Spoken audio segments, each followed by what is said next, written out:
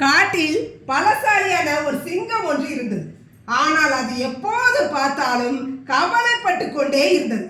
எனக்கு இவ்வளவு பலம் இருந்தும், இரும்பு போன்ற நகங்களும் பற்களும் இருந்தும் என்ன உபயோகம்? கேவலம் இந்த காட்டில் சேவல் கூவுற சத்தம் என்னை நடுங்க வைக்கிறது. இப்படி பயந்து கொண்டே வாழ்வது ஒரு வாழ்க்கையா என்று தன்னைத்தானே நொந்து கொண்டபடி இருந்தது.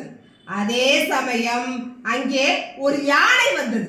அது மிகவும் கவலையுடன் தன் காதுகளை முன்னும் பின்னும் அடித்துக் கொண்டே நகர்ந்தது.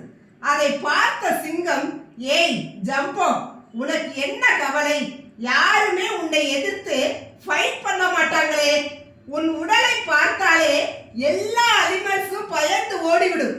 எதற்காக நீ கவலையோடு இருக்கிறாய் என்று ஆச்சரியத்துடன் கேட்டது. அதற்கு யானை, இதோ என் காது பக்கத்தில் பறக்கும் குளவியை பார்த்தாயா?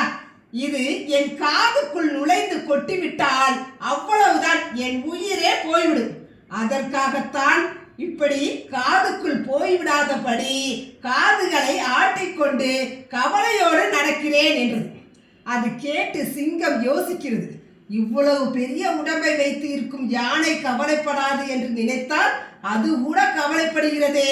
அப்படியானால் பூமியில் இருக்கும் எல்லா உயிர்களுக்கும் ஏதாவது ஒரு கவலை இருக்கத்தான் செய்யும் போல் இருக்கிறது.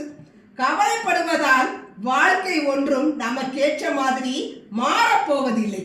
அது மட்டுமல்லாமல் கவலைப்பட்டு நம் கண்ணு எதிரே இருக்கும் ஜாலியான விஷயங்களை பார்த்து சந்தோஷமாக கூட வாழ முடியாமல் போய்விட்டதே என்று அது புரிந்து கொண்டது.